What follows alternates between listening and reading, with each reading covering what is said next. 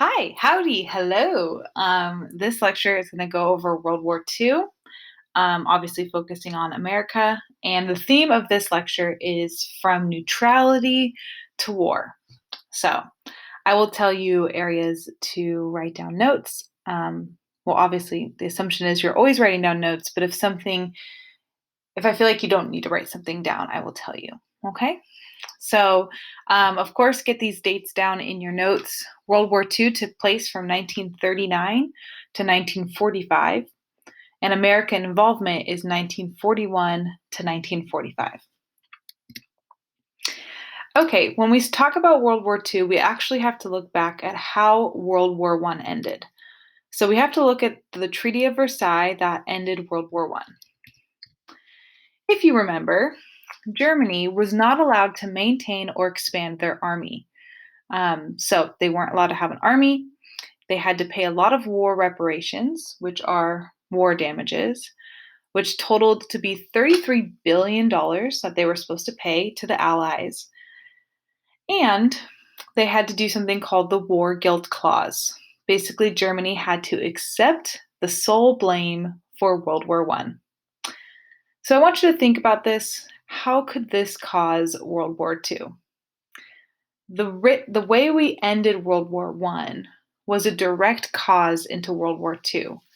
And so we've definitely going to see this come back to haunt us. So in your notes, how does the Treaty of Versailles, how does it cause World War II? We are going to see that Hitler is going to break all of these agreements of this treaty one by one. So ladies and gentlemen, Europe, what's happening in Europe at the start of World War II, and also what's happening in Japan, there's just a lot of changes happening, and they're not good ones. It comes up to changes in aggressive tactics, changes in policy, changes in domestic and foreign policy, and changes with leadership. So in Germany, we are witnessing the rise of Adolf Hitler and the Nazi Party. Nazism is basically extreme nationalism. It's an idea of fascism, racism. You guys know this from last year, but in case you don't, the Nazi Party has a belief of pure German blood, pride to be German, but almost to not almost to an unhealthy degree. Nazism takes nationalism and makes it dangerous and violent and aggressive. Italy has a new leader, Mussolini, which hopefully you remember from last year as well. He is also turning Italy into a fascist country. Fascism basically means you prioritize the country more than everything else. So whatever's good for Italy is what Mussolini's going to do. And so if that hurts the people, if that hurts their freedoms, a fascist country is going to put, quote unquote, the government's needs, the country's needs above anything else. It also has this idea of nationalism wrapped in it. And Japan has, I wrote down two leaders because there's the leader of Japan and there's also the leader of the army. So you might need to know Hirohito or Tojo. Both of these guys, again, are similar to Germany and Italy. They are creating an incredibly nationalistic society based on a lot of racism. So Japan is going to want to take over an empire. If you remember the main causes of World War I, those same main causes are here in World War II. All three of these countries are building up their military. All three of these countries are going to be making alliances. All three of these countries are practicing imperialism. And of course, all three of these countries are incredibly nationalistic. So what's happening in Europe is that Germany and Italy are becoming more aggressive. Specifically, Germany, led by Hitler. Hitler is gobbling up more and more territory. And again, Hitler is disobeying the Treaty of Versailles. So how is England and how is France, how are they responding to Hitler and his aggressive actions? They are practicing something called appeasement. Appeasement is when you give up principles in order to pacify an aggressor. It means you don't hold your ground, you don't reprimand, you don't punish someone because you hope that if you give them what they want, they will calm down, that they will stop doing that terrible thing because you gave in to giving them what they want. So when Hitler is starting to take over territories, when he's not even supposed to be having an army, but when he starts taking over territories with his army, obviously the other European nations are watching, and they even gathered together with Hitler. They made agreements and they said, okay, we'll give you this half of Czechoslovakia, but don't you dare take the other half. Okay, Hitler, we'll give you this half, but we're going to try to make a deal with you. That's called appeasement. If they would have held their ground, if they would have been more firm, if they would have stopped Hitler in the very beginning, maybe some people think World War II wouldn't have happened. So in your notes, Britain and France are appeasing Hitler in the very beginning. Why? Why are they appeasing Hitler? Why are they practicing the policy of appeasement? Now, England, Great Britain, will actually get a new prime minister, a new leader, and his name will be Winston Churchill. And he is very against appeasement. Look at these two quotes. Britain and France had to choose between war and dishonor. They chose dishonor, and now they're going to have war. So he thinks appeasement is just dishonor. And by appeasing Hitler, you tried to avoid war, but now you're going to have it. He says an appeaser is one who feeds a crocodile hoping it will eat him last. Don't try to be friends with the crocodile because it will still eat you, which in this case, Hitler is the crocodile. So Winston Churchill is going to be one of the people that stands firm and says, we cannot let this happen any longer. Okay, this is American history. That was world history background knowledge, but what's going on in America? Do you know? Our foreign policy is isolationism. If you remember after World War I, the League of Nations was created and America did not join. So keep in mind that America is technically isolationist. We were isolationists in the 1920s and we were isolationists in the 1930s. We are isolationists when all of this is happening in Germany, Japan, and Italy. We're isolationists when Germany starts taking over parts of Czechoslovakia. We're isolationists during all of that. But you guys know what maybe is keeping us in isolation. It could be the Great Depression. Yes, definitely. We're focusing on our domestic issues, our economy. We don't have the military strength. We don't have the strength at all, economic strength or anything, to be dealing with foreign affairs at this time. However, there are certain actions that we did, even in the 20s, that don't really show isolationism. We hosted a naval conference, okay, where we got a couple countries together to try to reduce the navies of other countries. Again, we believe, or many of our leaders believed, militarism leads to war. So if we lessen our militaries, then maybe that will prevent war. There was another thing called the Kellogg-Briand Act, which sounds like the cereal, right? It's an international agreement in which the participant states promise not to use war to resolve disputes or conflicts of whatever nature, of whatever origin they may be, which may arise among them. Basically, we're trying to avoid war. We're saying, hey, we don't want to go to war. Let's try to use diplomacy first. And so in this case, both of these examples are not aggressive forms of foreign policy. They're not imperialism. We're not trying to take over other countries.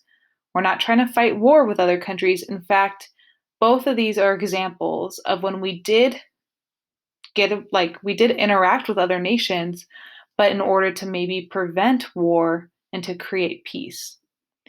But if you're isolationist, you're not supposed to be doing really any of this stuff, but we do like to create allies. We do like to find buddies, and we do like to poke our head into the rest of the world, if that makes sense.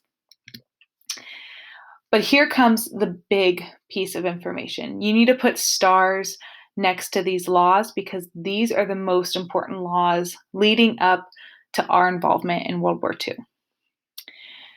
These laws are called the Neutrality Acts. These laws are supposed to keep us neutral. So it's kind of funny. The government wrote laws in order to keep the government neutral. Isn't that crazy? It's like the people in Congress are saying, we want to make sure it's in writing. We want to make sure our country is neutral, isolationists. So the first one is called the Neutrality Act of 1935. The president cannot sell weapons, provide loans, or give any form of assistance to nations that are involved in war. All U.S. citizens traveling on warring ships did so at their own risk. So, the president, this is again limiting the president, trying to keep us neutral, trying to keep us isolated. The Neutrality Act of 1936 just extended the Neutrality Act of 1935. However, it did say that you can help people in a civil war. So that's the unique thing about 1936 is that it did say that we could help countries sell weapons, provide loans, or whatever to countries in civil wars. Well, that changes. In 1937, it again forbids the sale of arms to countries involved in civil wars. But there is a new thing attached to the Neutrality Act of 1937, and that is something called cash and carry. Cash and carry. Again, what are the goals of these laws? They're supposed to keep us neutral. Neutral means you don't pick sides. So listen to cash and carry and see if you think it's neutral. The United States could sell materials to countries in war if they paid cash and they arranged for the transportation of those materials. So think about it again. The cash and carry clause means that a country who is in war can pay in cash and pick up the materials themselves. So there's no IOUs, there's no what if we trade this for this, and America is not personally supplying the weapons to any of these countries. So theoretically, could our friend do the cash and carry? Like, could our ally countries do the cash and carry? Yeah. Theoretically, could our enemy countries do the cash and carry? Yeah. So, in your opinion, in your notes, is cash and carry neutral? Yes or no? Now, ladies and gentlemen, when we talk about the Neutrality Acts and just the concept of America being neutral, there were Americans that had certain opinions on this matter. Okay? So you might know this artist. You can probably tell that it's Dr. Seuss. You may have feelings about Dr. Seuss, and that's totally fine. But we are going to analyze some of his cartoons during this time period. So, again, the concept is America is neutral while chaos is happening in the rest of the world. In this cartoon, why did Americans believe that they could remain neutral? Try to pause the video right here, analyze this cartoon. Why did Americans believe that they could remain neutral? You can see that there's two separate beds. We have this Uncle Sam figure in his own bed, and it says, "What a lucky thing that we've got separate beds." Ho hum, no chance of contagion. That's the subtitle. Look in the other bed. It's labeled Europe. And there's things called the Stalin itch, the Hitleritis, the Blitzpock, the Nazi fever, the fascist fever. There's all these diseases that are spreading in that other bed, but we've got separate beds. Many Americans believe that because we're on a different continent, because there's an ocean, that the problems of Europe would never spill into our country. We're protected.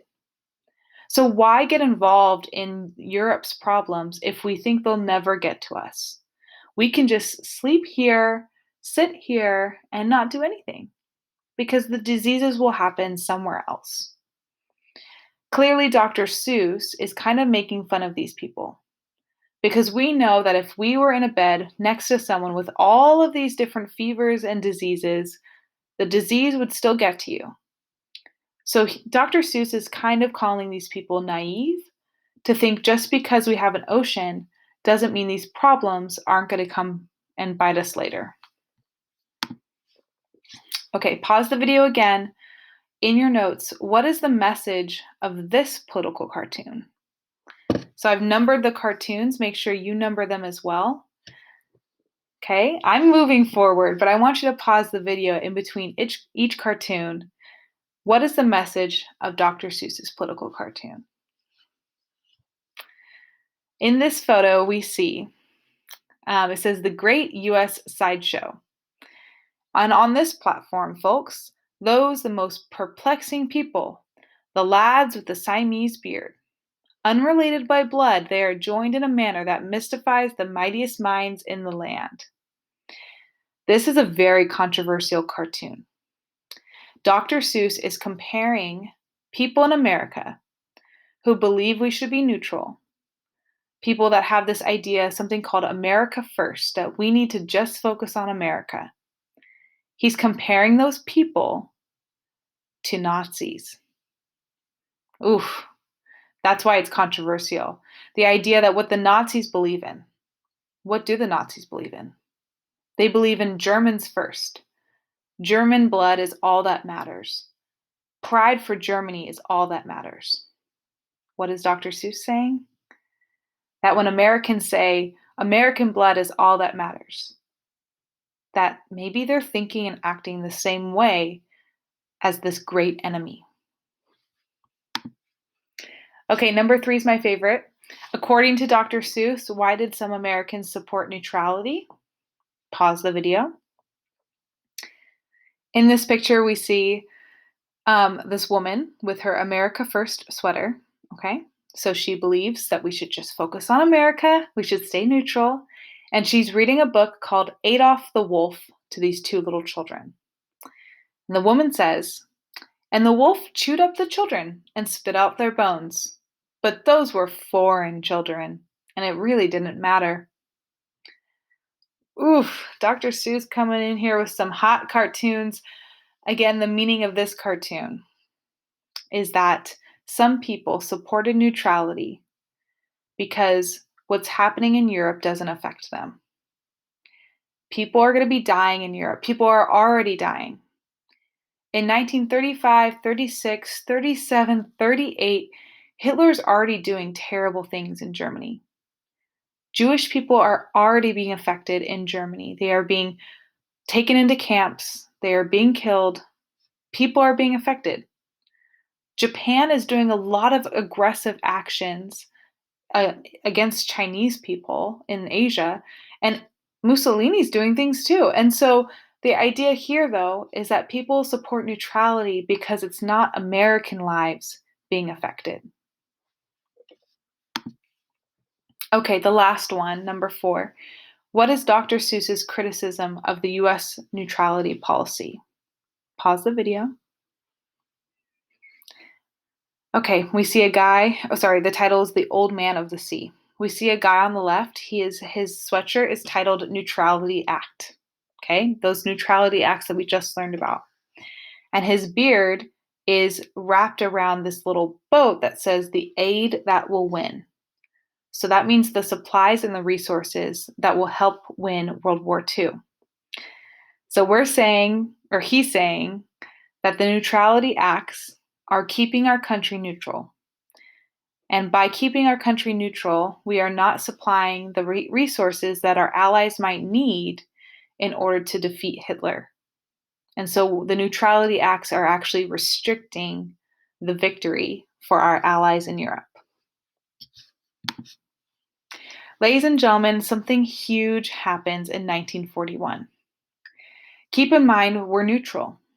Those neutrality acts have been in place in 1937. They are in place in 1938. Okay? They're in place in 1939, 1940. and even the beginning of 1941.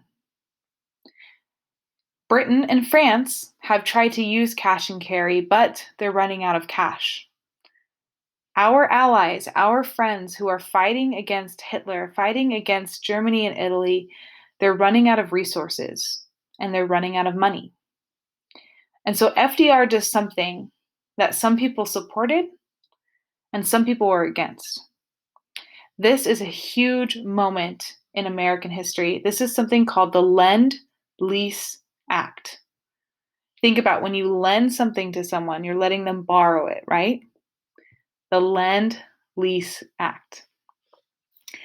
The United States is allowed to sell or lend war materials to any country whose defense the president deems vital to the defense of the United States. Read that again. The United States is allowed to sell or lend out war materials to any country whose defense is important for our defense. So we are allowed to give out war supplies to any country who, if they went down, would hurt us. So if we can protect them, then we are protecting us. FDR actually just recently won a re-election promising not to bring us into World War II. So look at the last bullet point. FDR vowed to keep the United States out of war, but the country is going to become an arsenal of democracy. This idea here is that we are not going to go to war. Our soldiers are not going to be sent, but we have resources, we have war materials, and we will support the countries that are our friends. We are the arsenal of democracy. We are the place that people go to for support, and we will support democracy. But just not with our men and our sons and our husbands. And no, we won't do that. Never. Never say never. So in FDR's fireside chats, you remember that from the Great Depression?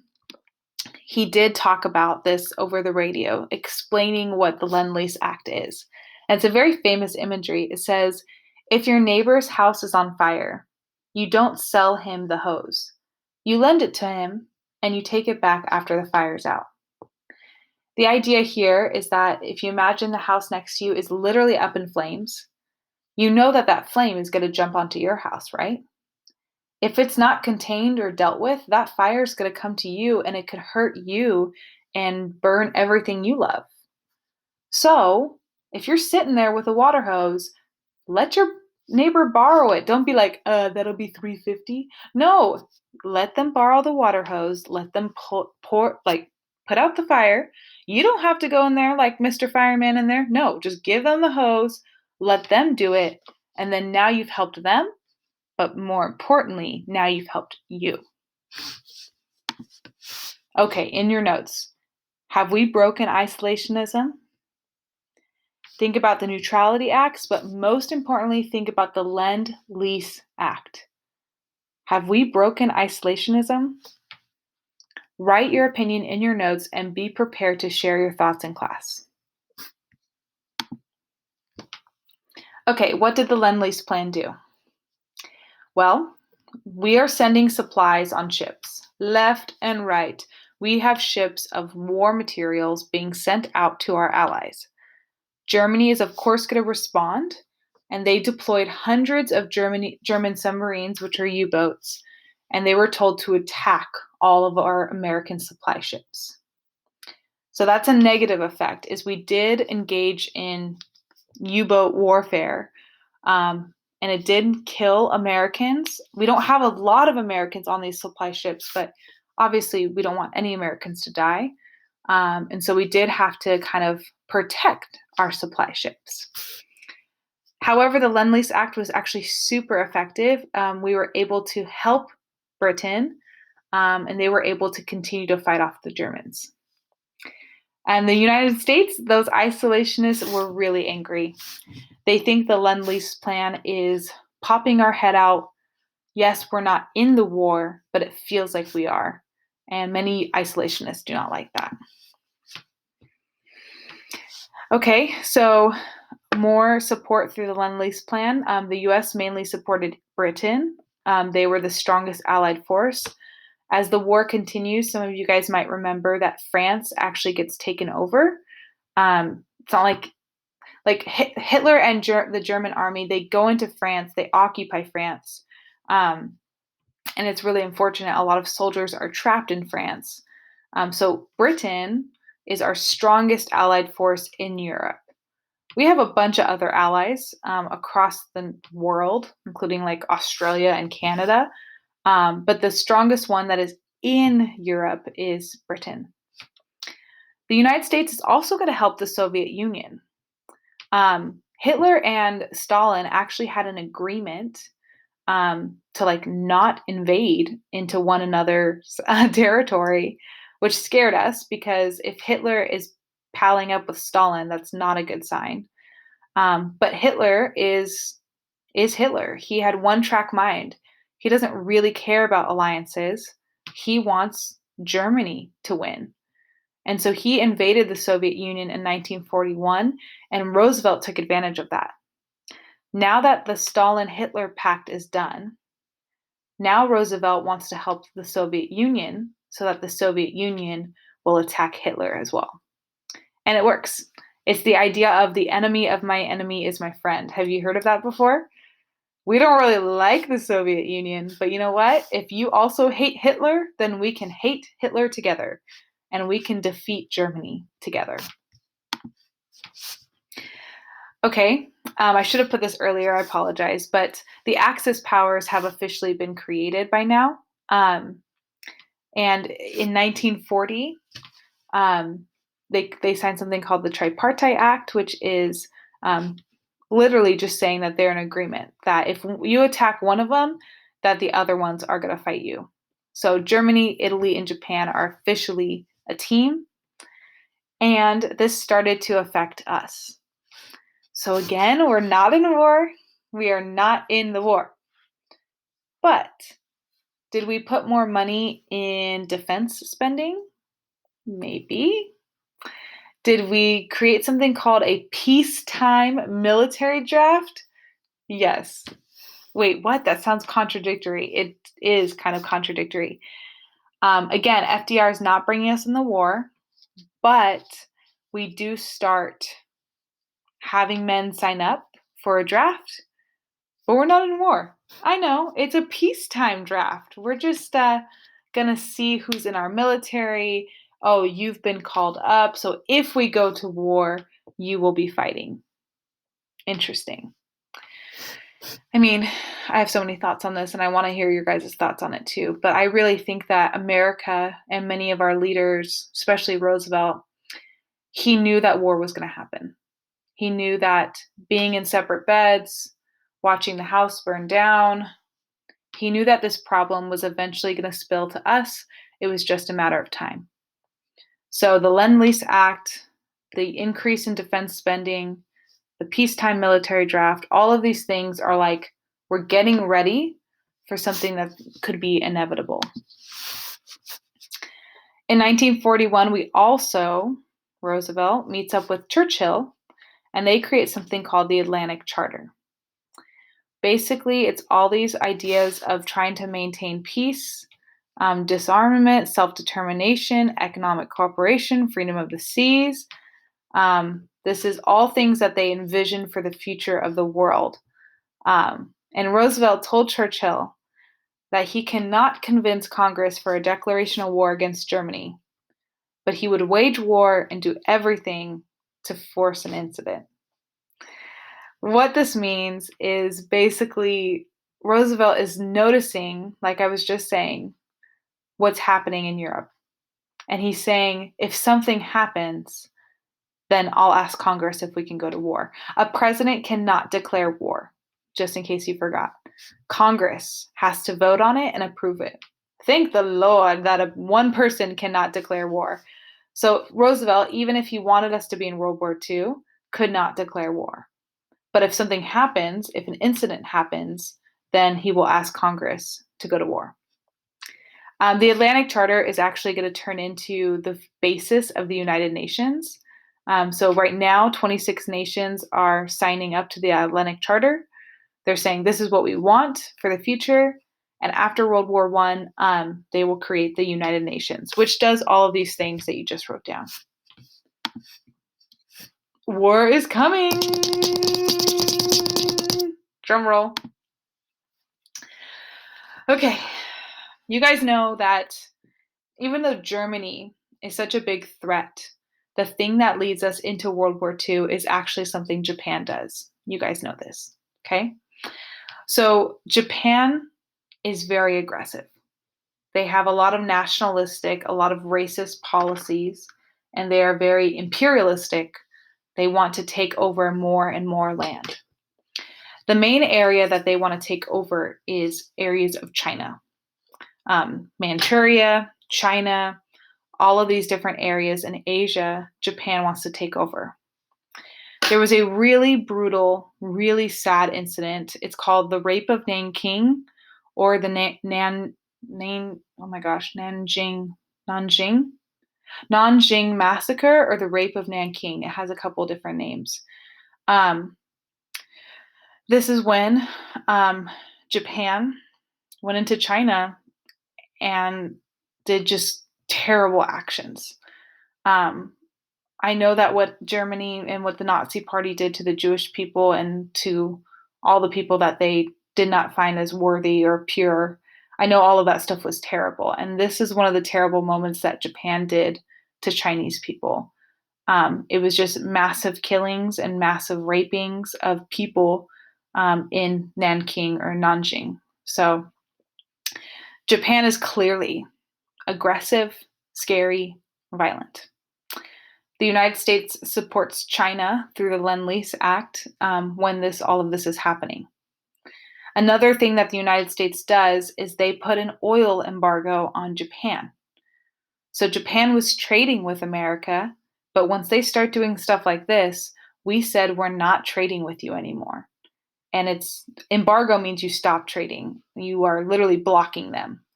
And so we stopped trading oil, steel, and rubber. Japan obviously needed these things in order to continue their imperialism. So they're planning an attack.